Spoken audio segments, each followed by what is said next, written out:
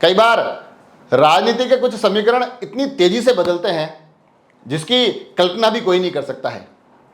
कुछ ऐसी ही स्थितियां परिस्थितियां लग रहा है कि राजसमंद से लोकसभा के लिए दावेदारी कर रहे हैं कांग्रेस के युवा चेहरे कार्तिक चौधरी के साथ होती दिखाई दे रही है। जी हां, उनकी जो सोशल मीडिया की जो 2 पोस्ट हैं उसमें एक पोस्ट 3 दिन पहले की गई थी, तो उसमें बड़ा गुस्सा था, बड़ी हताशा थी, नाराजगी थी। वो नाराजगी किसी एक अवसर के उनके हाथों से छिन जाने की थी जिस दिन की राजसमंद लोकसभा के टिकट की घोषणा हुई थी। अभी एक पोस्ट 15-20-25 मिनट पहले डाली है। वो पोस्ट कुछ इशारा करती है, वो कहीं ना कहीं उसे एक बात की आहट हमें देती है कि अब शायद स्थितियां उनके पक्ष में आ रही है। अब 3 दिन पहले का ट्वीट का दिया क्या था वो भी बताऊंगा, अभी क्या लिखा है, क्या इशारा किया है वो बताऊंगा, मगर उससे पहले शायद ये जानना ज़रूरी है कि राजनीति का ये एक सबक भी है कि जब स्थितियां हमारे लिए प्रतिकूल हो तब अपनी भावनाओं पर नियंत्रण रखना चाहिए। भावावेश में कुछ भी ऐसी बात नहीं कहनी चाहिए कि 3 दिन बाद जब हालात बदले तो हमें थोड़ा सा उस पुराने वाली बात को लेकर विचार करना पड़े, उसको लेकर सफाई देनी पड़े। खैर, जो 3 दिन पहले का ट्वीट था वो मैं पढ़ा देता हूँ। और वो ट्वीट उस दिन आया था जिस दिन राजसमंद लोकसभा सीट से सुदर्शन सिंह को कांग्रेस प्रत्याशी बना दिया गया था।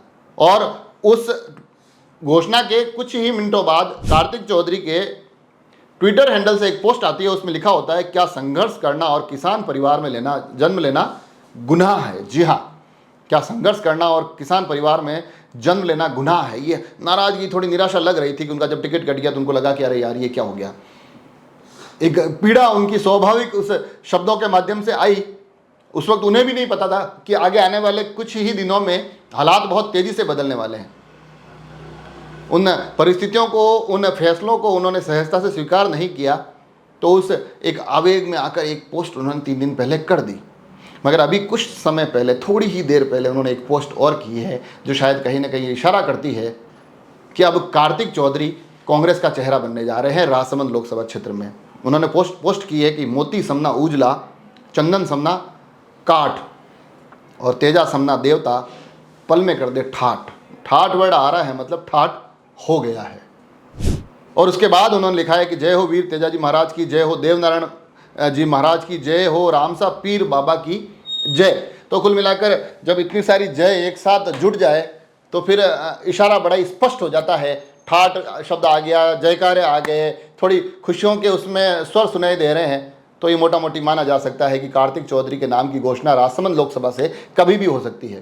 खैर, एक युवा चेहरे हैं, अच्छी खासी टीम है, चुनाव उम्मीद करते हैं कि बेहतर चुनाव लड़ेंगे। हालांकि मुश्किल मैदान है और जिसे कि सुदर्शन सिंह के उस पत्र ने, उस टिकट वापसी ने और भी मुश्किल बना दिया है, परंतु उसके बावजूद कहता हूं मैं बार बार कि युवाओं में काफ़ी कुछ करने की क्षमताएं होती है। टीम सचिन पायलट से आते हैं तो संभव है कि कहीं से कुछ सहायताएं उस तरफ से भी आएगी, तो उनके सहारे एक अच्छा चुनाव वो लड़ सकते हैं। मगर इस एपिसोड को बनाने का सबसे बड़ा उद्देश्य ये है कि जो लास्ट 2 पोस्ट हैं, जो एक 3 दिन पहले और एक आज की, उनमें भावनाओं का अंतर देखना ज़रूरी है।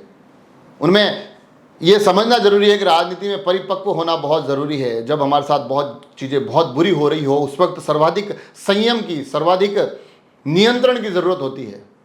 उस नियंत्रण को बरकरार रखा जाए तो जब चीज़ें बेहतर होती है तो उनका आनंद और भी बेहतर तरीके से लिया जा सकता है। खैर, इन 2 ट्वीट्स को आप तक पहुंचाना था, इन 2 पोस्ट को आप तक पहुंचाना था और साथ ही कहीं ना कहीं इशारों में इस खबर को आप तक पहुंचाना था कि अब कार्तिक चौधरी होने जा रहे हैं राजसमंद से कांग्रेस के प्रत्याशी। मुकाबला होने जा रहा है कार्तिक चौधरी बनाम महिमा कुमारी मेवाड़। देखने वाली बात होगी कि चुनाव कैसा लड़ा जाता है, देखने वाली बात होगी कि परिणाम किसके पक्ष में आता है। आप सभी लोग जुड़े रहें राजसमंद एक्सप्रेस से। धन्यवाद।